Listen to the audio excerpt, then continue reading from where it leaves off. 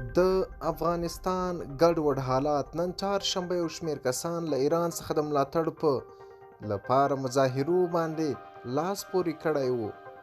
په سلامونه مو هرکلی کوم.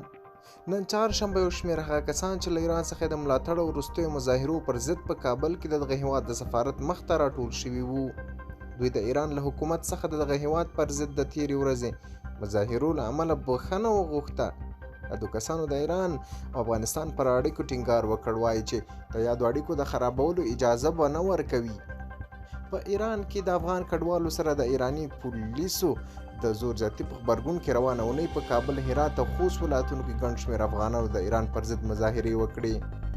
دا لومړی ځل دی چې د ایران د پار او د ایران په ملاتړ په کابل او افغانستان کې مظاهره کیږي. دا معلومه نه ده چې د دې مظاهرې تر شا به د چا لاس وي او ولې داسې یو کار کیږي په داسې حال کې چې هلته له افغانانو سره ظلم روان دی.